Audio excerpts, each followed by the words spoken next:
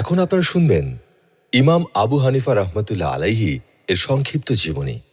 অধঃপতনের যুগে জ্ঞানের আলোকবর্তিকা নিয়ে যে সকল মনীষীগণ পৃথিবীতে আবির্ভূত হয়েছিলেন, পার্থিব লোভ, লালসা ও ক্ষমতার মোহ যাদেরকে ন্যায় ও সত্যের আদর্শ থেকে বিন্দুমাত্র পদস্খলন ঘটাতে পারেনি, যারা অন্যায় ও অসত্যের নিকট কোনোদিন মাথা নত করেননি, ইসলাম ও মানুষের কল্যাণে সারাটা জীবন যারা পরিশ্রম করে গিয়েছেন, সত্যকে আঁকড়ে থাকার কারণে যারা জালেম সরকার কর্তৃক অত্যাচারিত, নিপীড়িত, নির্যাতিত, এমনকি কারাগারে নির্মমভাবে প্রহরিত হয়েছিলেন, ইমাম আবু হানিফা রহমতুল্লাহ আলাইহি তাদের অন্যতম। উমাইয়া খলিফাগণের দুঃশাসন, কুশাসন ও স্বৈরাচারী কার্যকলাপে সমগ্র মুসলিম জাহান আতঙ্কগ্রস্ত হয়ে পড়েছিল। তাদের দ্বারা এমন সব জঘন্য কাজ সম্পাদিত হয়েছিল যা বিশ্ব ইতিহাসে বিরল। তাদের নিষ্ঠুর কার্যকলাপ কেবলমাত্র নাগরিকদের ধন সম্পদ ও জীবনের ওপর দিয়েই প্রবাহিত হয়নি, নারী জাতির মান সম্মান ও সতীত্ব ধুলায় ধূসরিত হয়ে গিয়েছিল।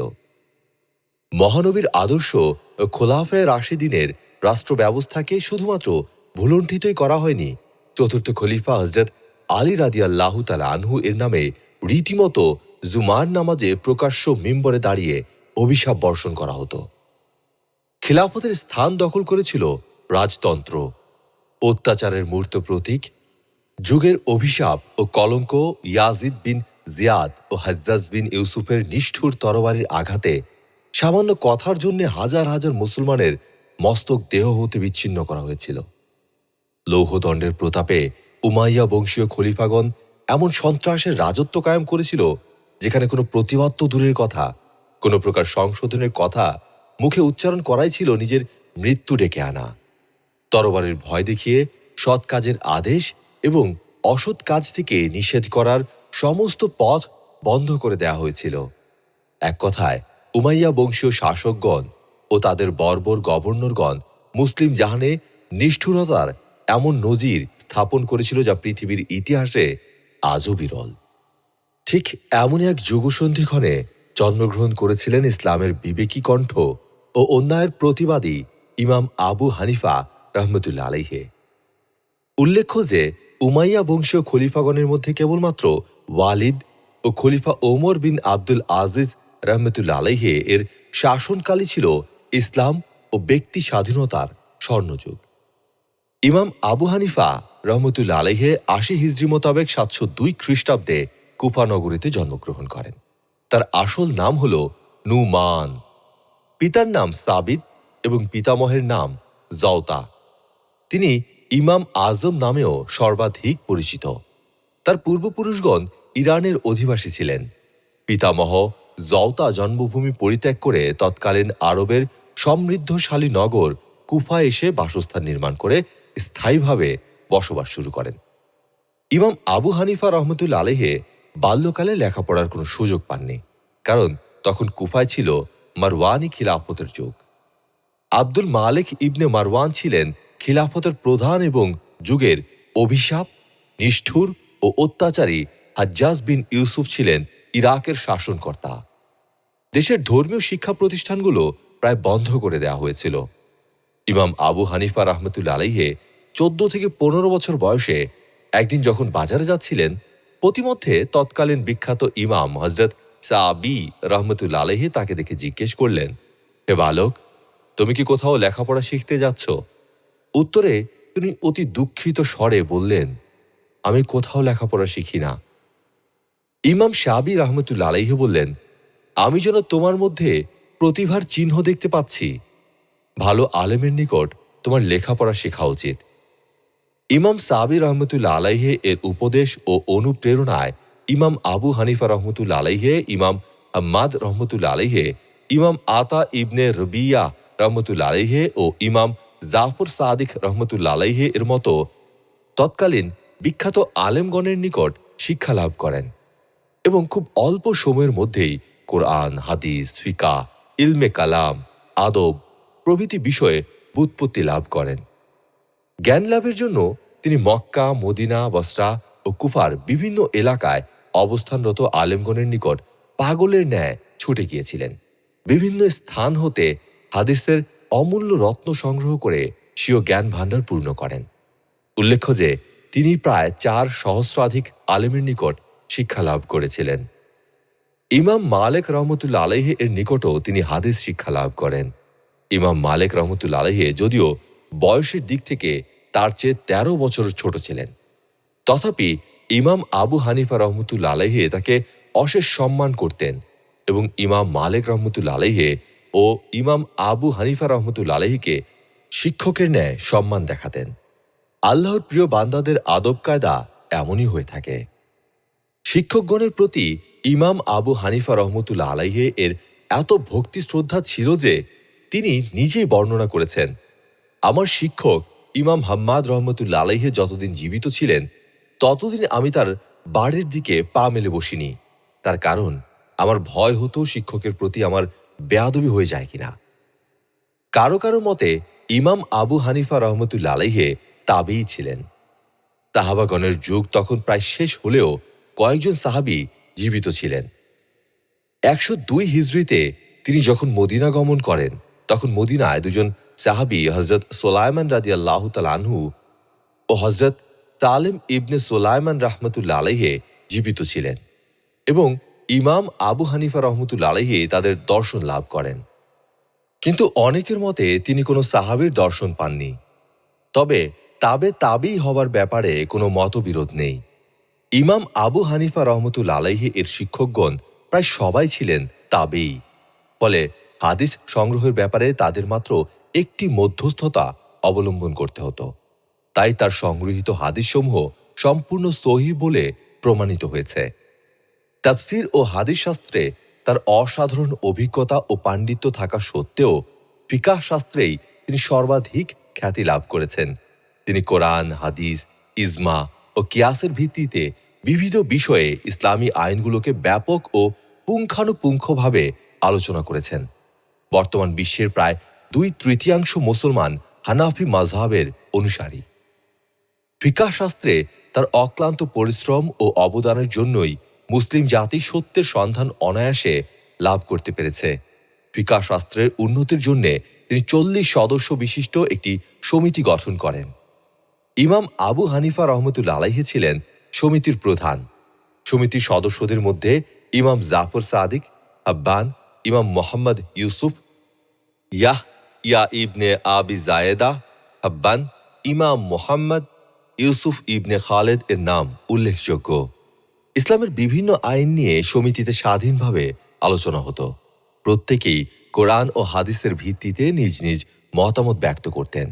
অতঃপর সর্বসম্মতিক্রমে সঠিক সিদ্ধান্ত গৃহীত হতো আর তা লিপিবদ্ধ করা হতো। সুদীর্ঘ 30 বছর কাল ইমাম আবু হানিফা রহমতুল্লাহ আলাইহি ও অন্যান্যদের আপ্রাণ চেষ্টা ও সাধনার ফলে ফিকাহ শাস্ত্রের উন্নতি সাধিত হয়। তিনি তার শিক্ষকতা জীবনে পৃথিবীতে হাজার হাজার মুফাসসির, মুহাদ্দিস ও ফকিহ তৈরি করে গিয়েছেন।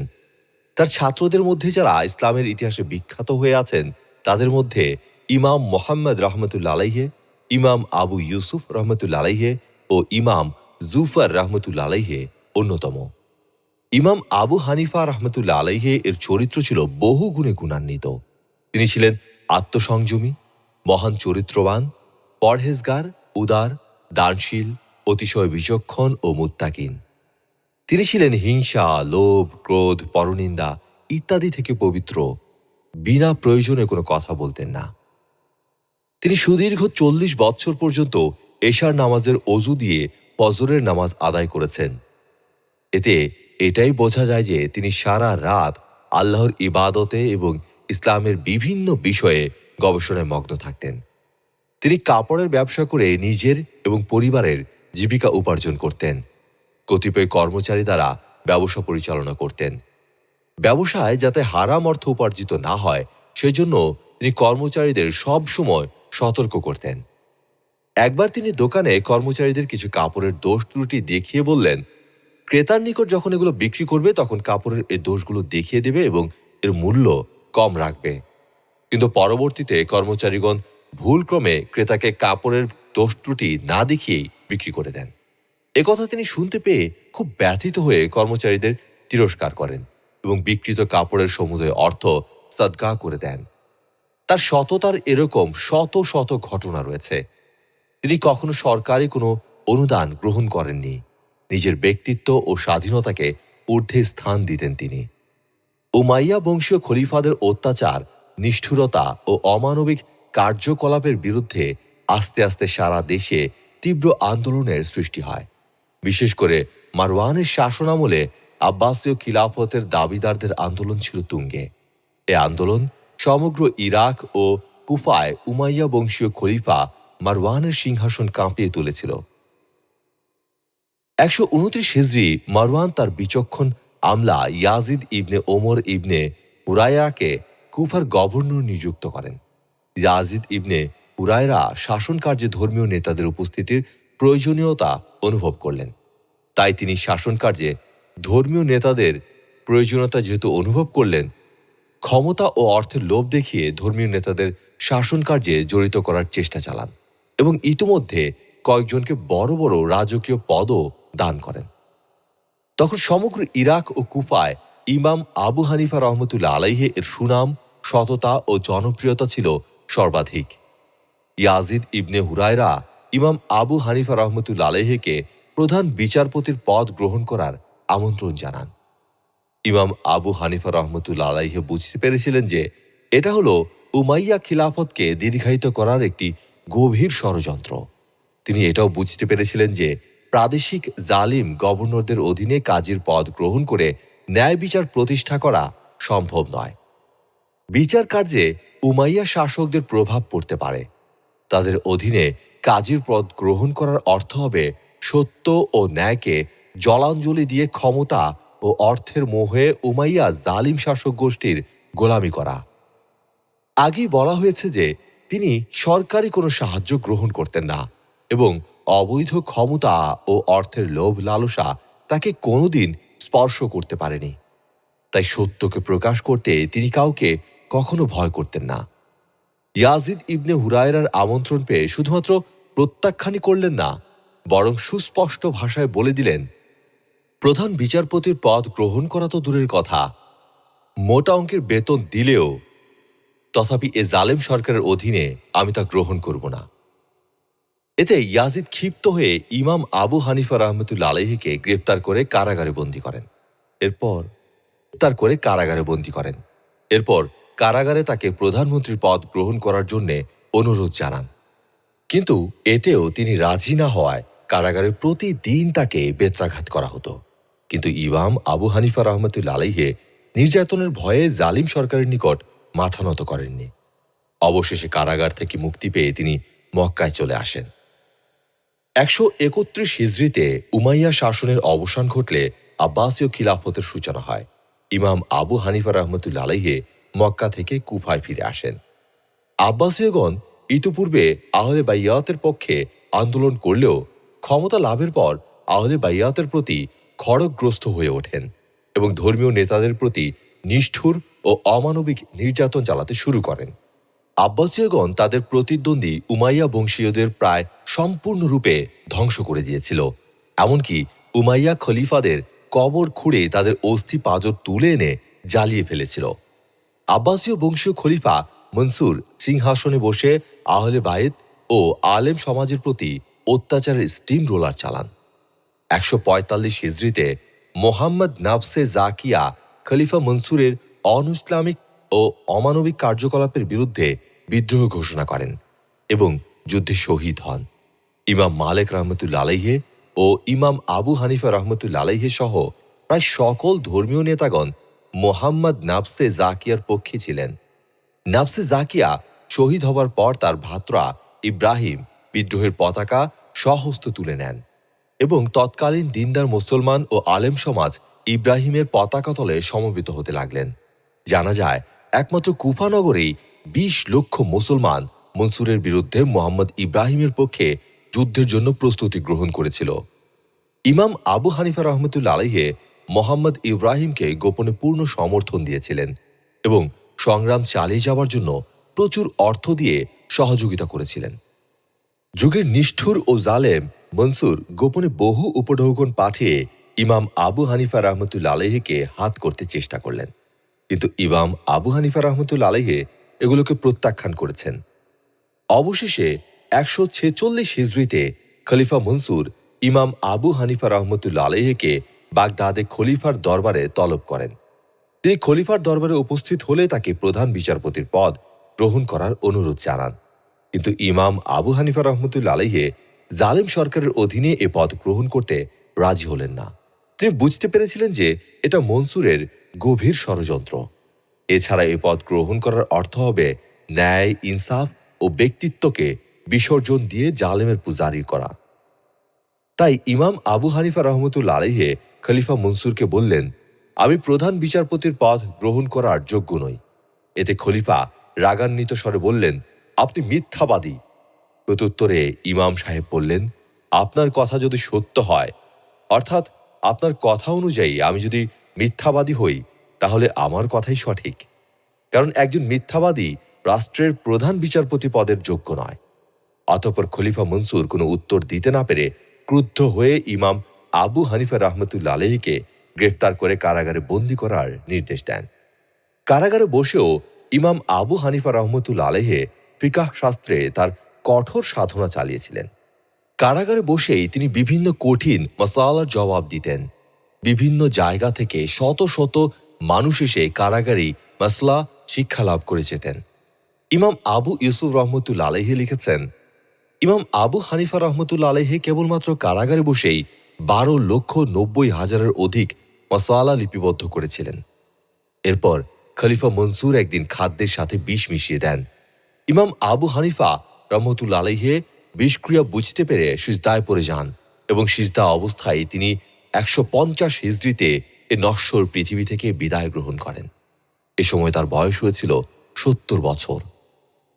ইমাম আবু হানিফা রহমতুল্লা আলাইহি এর মৃত্যুর সংবাদ বিদ্যুতের গতিতে চতুর্দিকে ছড়িয়ে পড়ে এবং দেশের সর্বস্তরের লোকজন মৃত্যুর সংবাদ শুনে শোকে মুহ্যমান হয়ে পড়ে। কথিত আছে, তার জানাজায় ৫০,০০০-এর অধিক লোক অংশগ্রহণ করেছিল, কিন্তু লোকজন আসতে থাকায় ৬ বার তার জানাজা পড়া হয়েছিল। তার ওসিয়ত অনুযায়ী বেজরান গোরস্থানে তাকে দাফন করা হয়। এতক্ষণ শুনছিলেন ইমাম আবু হানিফা রহমতুল্লা আলাইহির এর সংক্ষিপ্ত জীবনী। পরবর্তীতে আপনাদের পছন্দের নতুন কোনো ইসলামিক ব্যক্তিত্বকে নিয়ে এমন করে তার সংক্ষিপ্ত জীবনী শুনতে চাইলে অবশ্যই আমাদেরকে কমেন্ট বক্সে কমেন্ট করে জানান। ধন্যবাদ সবাইকে।